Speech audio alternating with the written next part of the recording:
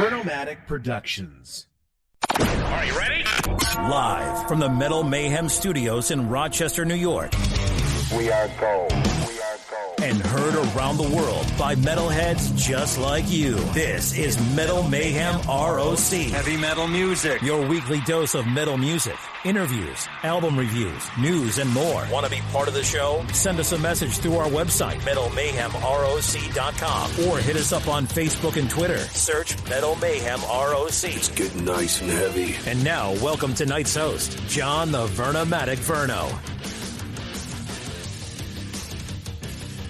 Good evening, everybody. As always, Thursday nights, new content drops. Tonight's episode, we invite Rick Ventura onto the show. Now, Rick, he was one of the guitarists in the 80s band Riot. They had this string of kick-ass albums, Fire Down Under, Restless Breed, a few other classics. Rick is back with a brand new band called RIOT ACT. They just released their debut CD called Closer to the Flame.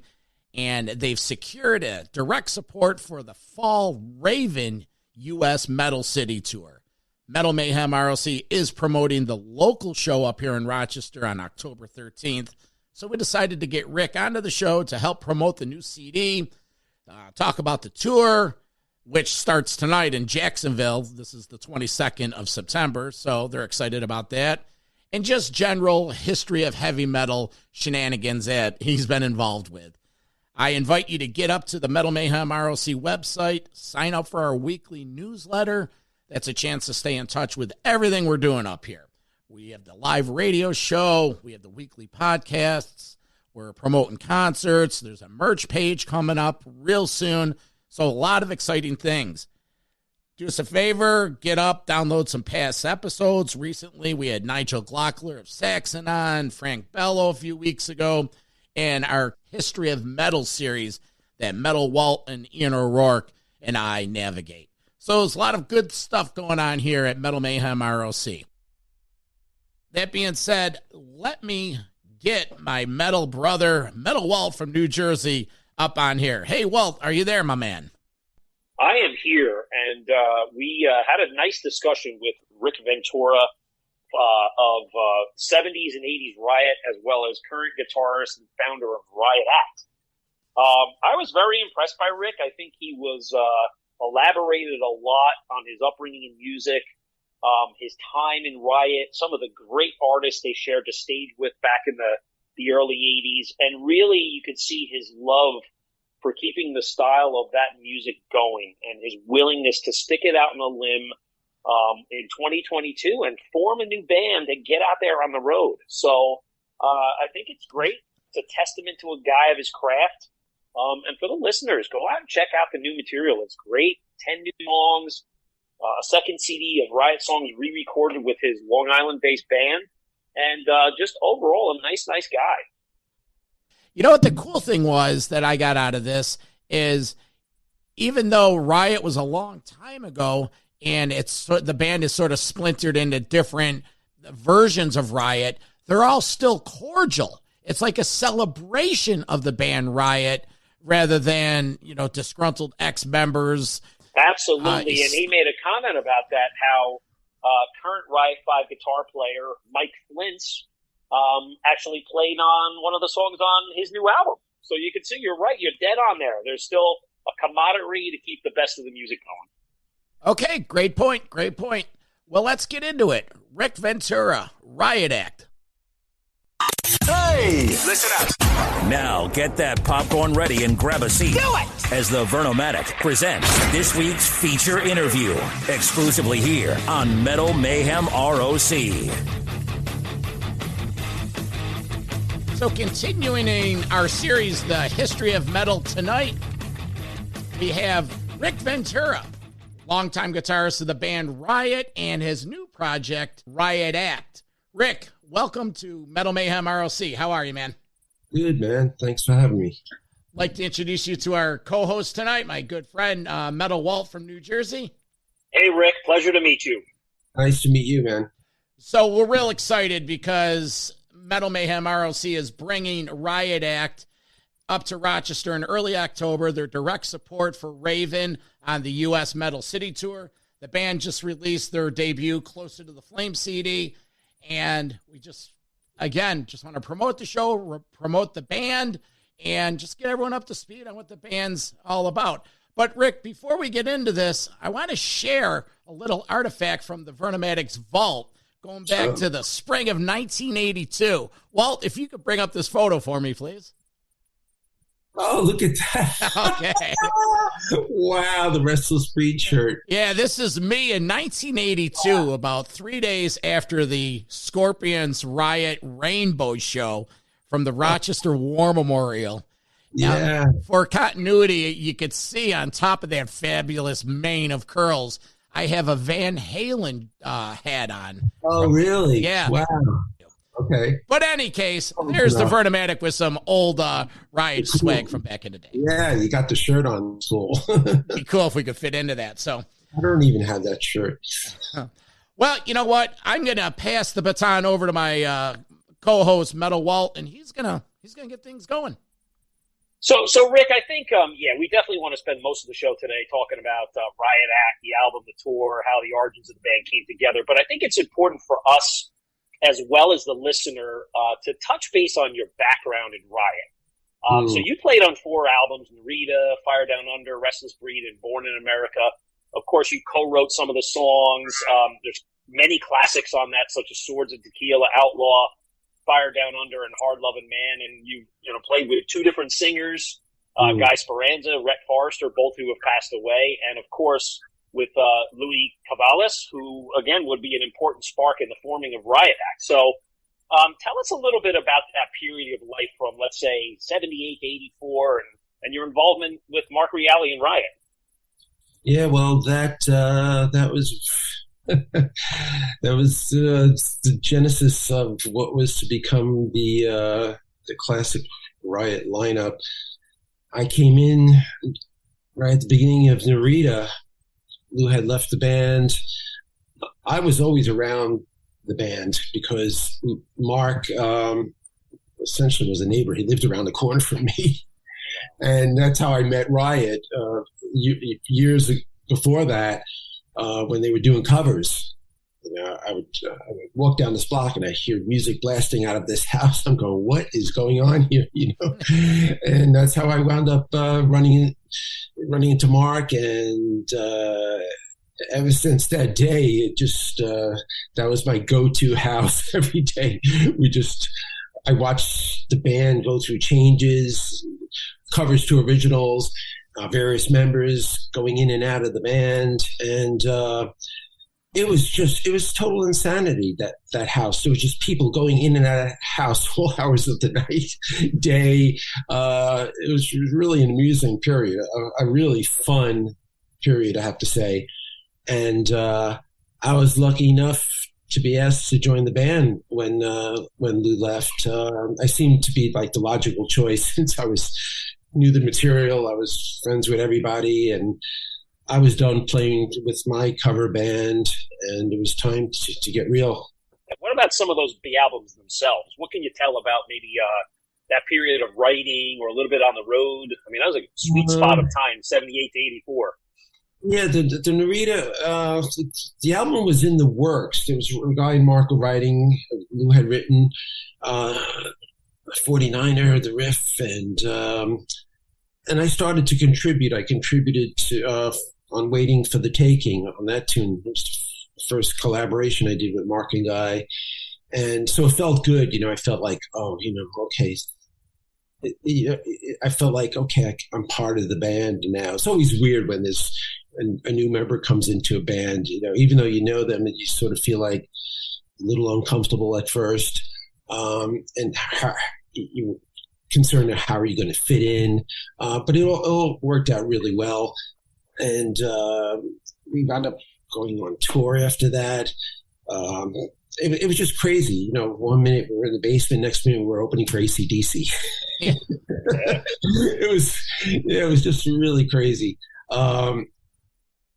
And the band went through a struggle, real ups and downs, and it's all documented in what was it, 3 magazine. hard rock. I went blank here. Maybe a Kerrang or something like that. Well, it's Kerrang, and Classic Rock magazine did a story, the unluckiest band in the world, that really tells you the story. And there's even a book that Martin Popoff did about us. So if you want to pick that up, that'll really tell you the story. Yeah. Make a movie out of it. They surely should make a movie out of what we went through. But we started touring. It's just great acts. Sammy Hagar, I said AC/DC, Rainbow, Black Sabbath, Rush.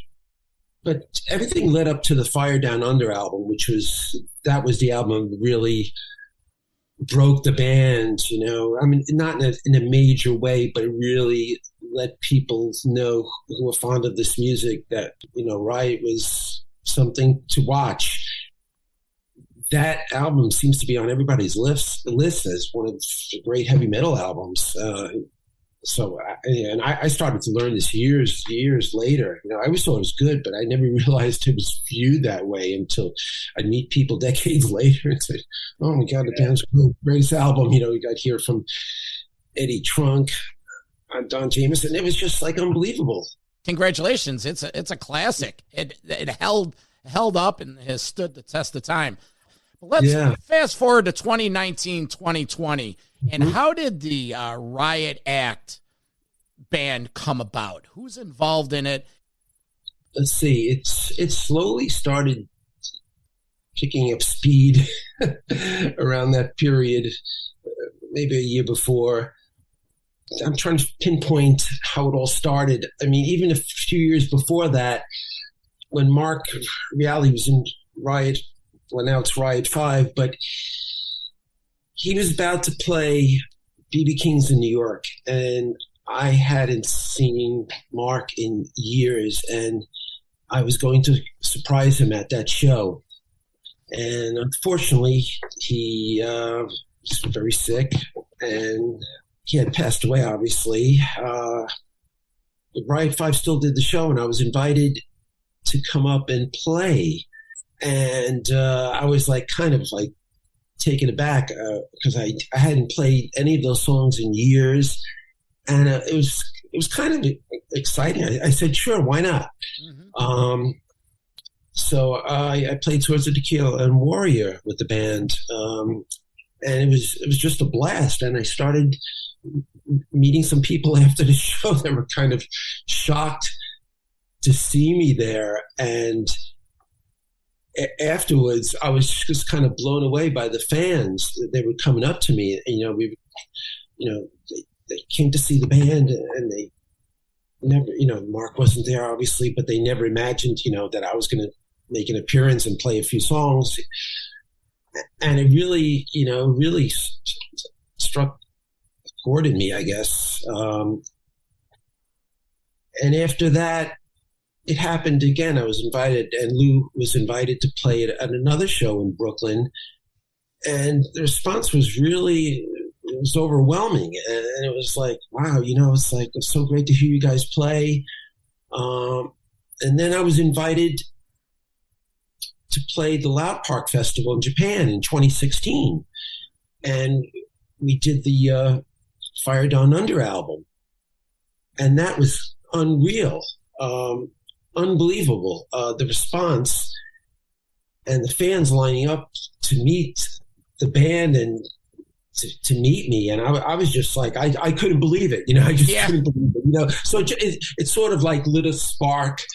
And I would run into Lou every once in a while. Lou would say, "Hey man, let's get together. We should do something." And I'd say, it sounds, maybe, and then I kind of blow it off and thinking well, I don't know, really recreate what was. And I was kind of hesitant. But then in 2019, we were invited, Riot was inducted into Heavy Metal Hall of Fame, Hall of History, whatever it's called, in California. And it was the first or second year of the ceremony, which was acknowledging heavy metal bands, which always get overlooked. The biggest bands in the world, and nobody acknowledges them.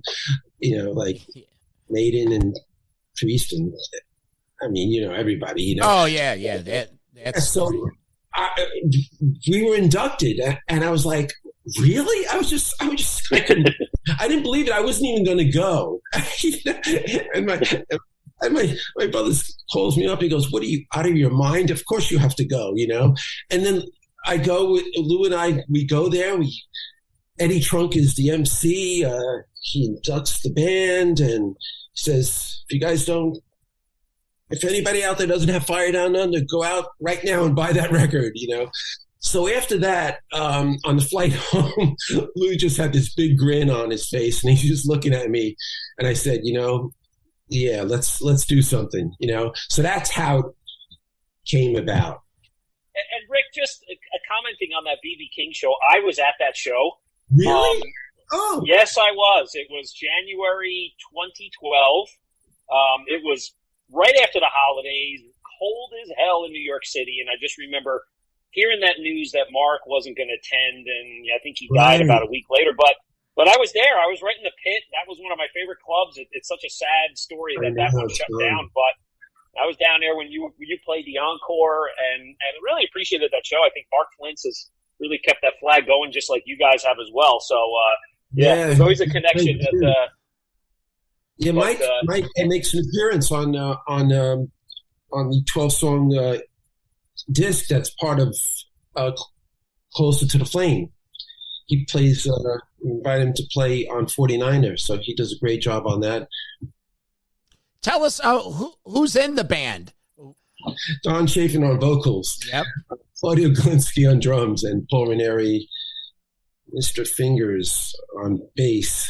The way the band came about, you know, when Lou and I decided to go ahead with this, we said we need a band. So I happened to be playing with Paul and Claudio, and I said, "Hey, I want to check this out. I want to see what happens." And we asked them, and started to click. And then a friend of Lou's turned us on to Don, and then we had an instant band. It was just magical, actually, the way it came about. But that's who's in the band now. Unfortunately, we lost Lou, but we decided to you know, we did the album. It's all writing new music. Really, we just zoned in on that. You know, come out with originals and just go forward. And that's Close to Fame is the result. Well, let's. The tour starts this week. Later this week down in Jacksonville. Thursday. On the promotional poster, you are highlighting the best of the Riot from that period. And how much of the new album are you going to be playing? Yeah, we'll be doing a few songs from the new album. Excellent. Yeah, it's a good blend of material. And, you know, we picked songs from the first three albums that we enjoyed playing, and I think the fans will enjoy hearing. And we threw in some new material that fits right in there. So I think it's going to be a blast. We just came back from England like 2 weeks ago, and the shows went over really well. So we're looking forward to the same reaction here, hopefully. Hey, Rick, I want to give the new album some time, right? I want to give it some justice because I am very impressed by it. I did a lot of my heavy metal homework. I think a couple things to call out. I love the simplicity of the band logo. For the listeners to go out there, just check out the band logo. Riot Act, black and red, beneath the eye of the Riot, you have the flying V bass of, you know, part of the guitar that kind of folds down like the triangle. It's just so simple and well done. Great way to promote the band. And I think, you know, the other thing that stands out, we'll get into some of the songs as well, is the Behind the Curtain series that you have out there. I think that was a very modern, forward-looking way of promoting the band and giving the listeners the curiosity to go and say, who are these guys? How did they get together? You know, from down to the bass player showing us his signature model to how the singer got that call. And, you know, it's almost like a way where, hey, we're going to talk about some of this today, but that's also a very modern and clever way to do it. So you definitely guys have stepped into 2022 and really done a nice job. So any comments on those two? Thanks. Yeah, we were sitting around thinking, you know, of ways to make it our site interesting for people, you know, and we thought, yeah, we could just pump out videos, I guess. But this gave you a little insight on each member of the band, really, and it's to really check out our personalities and a little quirkiness and stuff like that. So I think fans get a kick out of that. And there's more to come. That's great. And in terms of the album itself, so again, the album is called Closer to the Flame, and I think it was just released early this year. And it's great because you have 2 discs out there for all those of us that still like the hard product.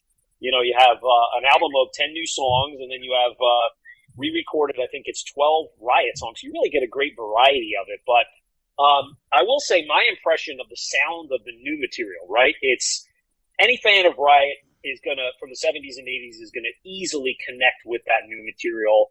And it's those songs kind of stick with you after one listen. And it just kind of feels comfortable at home. Simple, catchy, short, melodic, hard rock driven songs. So, I think the videos are cool. You put 3 videos out there. You have Closer to the Flame, and that one's kind of cool because it looks like it's in a warehouse and there's all this fire going off in the background. Then you have Wanted, which looks like maybe you guys just moved outside of that warehouse and did a cool little thing in the patio there. And then you have Stand or Fall, which is, has that complete white background. Right. Some of the other songs, my favorites, Rock, Love, and Roll, Right Between the Eyes, and Smoking Gun. Those are definitely some of my favorites. They got a cool vintage vibe, a little bluesiness to them. So I threw 6 songs out at you, Rick. Talk to us about some of those songs. It has the old sound of Riot, meaning that Riot songs were melodic. They were short. There was not a lot of overindulgence. And that's always been my approach. It was always about the riff, a catchy melody, a short, memorable guitar solo. It's the kind of style that I've always been into, and it just came out. I think just all 4 members we all put it out, and they really interpreted what was in my head of what I wanted the album to be, and we're pretty proud of it. And we venture off, we do a ballad almost there, why not, let's just write, it wasn't like we're going to try to create Fire Down Under or another album. It's just like, hey, I got these riffs, they're cool riffs, I like them, let's work around that. And we just wrote the music that came out of us, really, really no thought about, we got to write the second Fire Down Under album. There's nothing like that at all. So we tried tried a lot of different ideas, and there's a lot of, like you said, there's some bluesy stuff to it, and there's some fast, heavier stuff on it, like Right Between the Eyes. So yeah, it's a good combination of tunes, I think. Well, I think it's a reflection of your inspiration and what you grew up on. No doubt. The late 60s and the 70s. I grew up on all the great blues guitarists of the 60s, rock guitarists. I mean, that was my thing, Yeah, like you said, it's easily digestible, and that's the appeal of it. Yeah. It's great stuff, and I think that's why the Fire Down Under and some of the older stuff has longevity, because it grabbed us back then and it stayed with you. And now when you go out on tour, you mentioned you're going to be playing 3 or 4 songs. Are you prepared to do more? Like maybe at the beginning of the tour, you find that maybe that song doesn't work, so you try something else? Well, yeah, we tried that in England. But we're the sets, there's just a certain time we're allowed to play, so we got to stick within that period. I'd love to play everything from the album. Unfortunately, in the situation we're in, we have a time slot, so we have to fit as many songs as we can in that time and please the audience and us. And but I think people really are going to dig it. Well, I got a little pull for the Rochester show. Maybe we can adjust the times a little, but I'm looking forward to playing Rochester. Oh, it's a great venue. Easy load in, easy load out. Rochester, we kick ass. I know, yeah. Yeah, so we're going to do it. Listen, I do have a listener question. Jimmy Stuhler from the band Tongue and Groove, he said, hey, Vern, ask Rick, what is up with the Baby Seal logo for Riot? Always wondered that. Never goes So away. what's the story? It's going to follow me to my grave. That's the story. I mean, back in that period, it was like the era of the heavy metal mascot, you know? It's not exactly Eddie from Maiden, Rick. Not exactly. Well, we didn't want to, you know, we didn't want to be that demonic, you know, so we took a different approach. It had to do with, there was a period of battered seals. That's all I can say. And somehow it made it onto our album cover. It sounds like there's nothing more to it than it was the sign of the times, man. Right. When you think back of that period, you think of that seal head. Early 80s, what a fucking time, man. It was a great time. Hey, Rick, before we let you go, I wanted to go back to the history of heavy metal, though, and you touched on some of those big bands that you toured with, AC/DC, Rush, Rainbow, the Scorpions. You were on a big Sammy Hagar tour. Yeah. Anything specific you can recall from any of those that would be a really good story to tell? Specific. You know, it's there's just so many cool things. And you know, meeting guys in Rush. There was one show where Neil Peart was late, and they needed someone to do a sound check, so they asked Sandy to come up. Wow, Really? And he's going, oh, I don't know any of their songs and everything. And he went up there, and I think they were doing Limelight, doing sound checks. So it was funny. We're standing there watching Sandy playing with Rush. It was kind of fun. Amazing. You're meeting the guys in Sabbath, and you know, guys that we grew up listening to. There was one show we did in the hotel. The elevator door opens, and it's Geezer Butler and Bill Ward there, and he goes, "Hey, let's hang out." We're hanging out in Geezer's room, talking about music, and he's giving us advice as a you know, young band. He was telling us everything Sabbath went through in their early days, and they were the coolest people. There was me not meeting Richie Blackmore, one of my guitar heroes, and we played a venue, and I used to watch him at the side of stage, and but never met him or spoke with him during the whole tour, because he's, you know, Blackmore always had this mysterious aura about him. And I was walking down the corridor backstage, and I see Richie walking towards me. I'm going, oh, shoot. We're walking towards each other, and I'm thinking, okay, I got to say something. So as we ready to pass each other, he just looks over at me. There's something about his eyes. Yeah. He just looked over at me, and I just put my head down and walked right past him. The intimidation factor, right? Look, I'm not worthy. Oh my God, I just have to. And that was it. That was my only encounter with Richie Blackmore, one of my idols. The man in black. He is, he is the aura. Going back to that Sabbath, what was that? I know it was a long time ago. What was the time frame on that? Was it that was with Dio, the Heaven and Hell tour. Heaven and Hell tour. Okay. Yeah. That's great stuff. Geddy Lee, Alex, cool guys. Angus Young, you have a chance to meet Angus? Yeah, very cool guys. I did laundry with Angus's wife. That's awesome. I'm doing laundry. I'm hanging out talking with Angus's wife.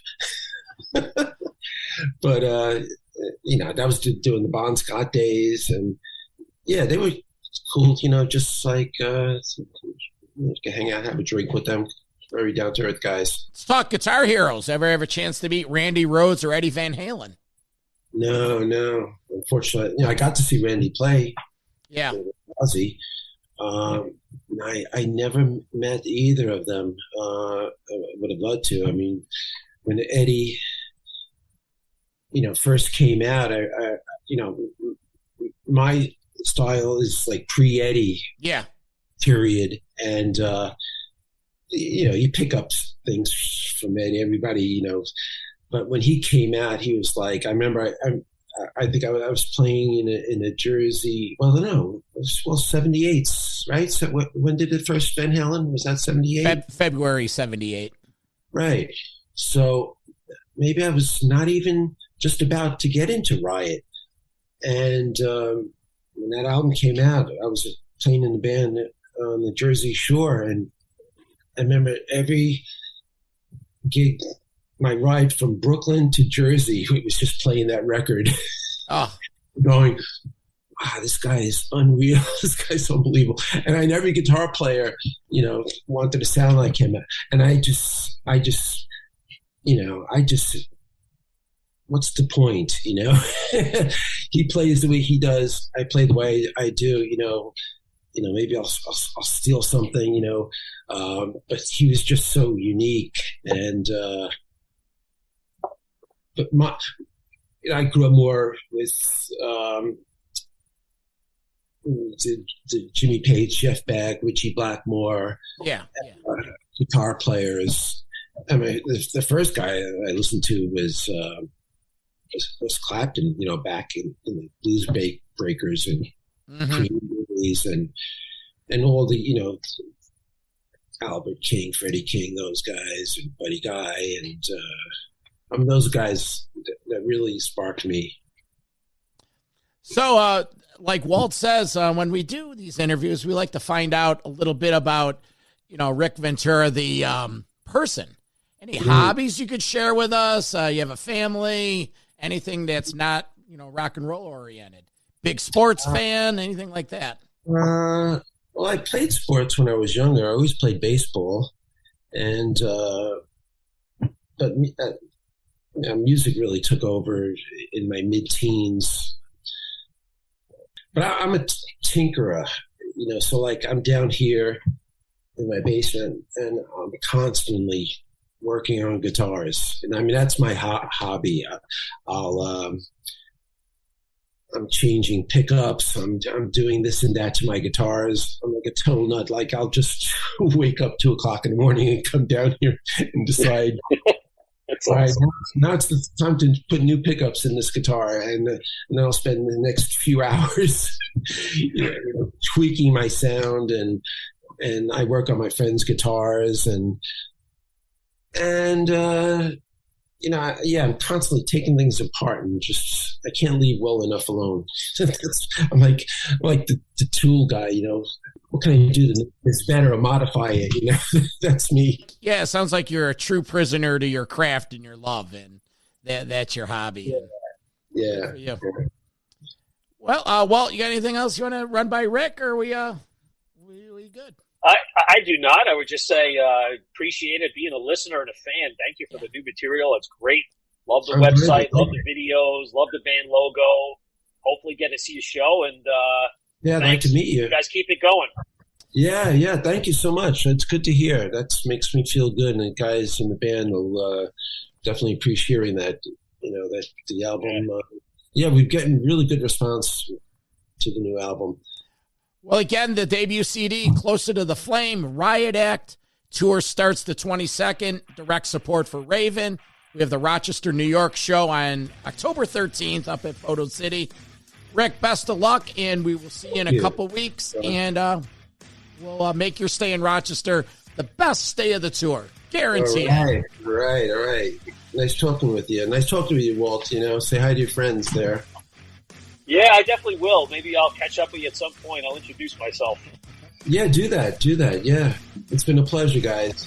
Take care. Bye, Rick. Thank you. All right, cool. Cheers.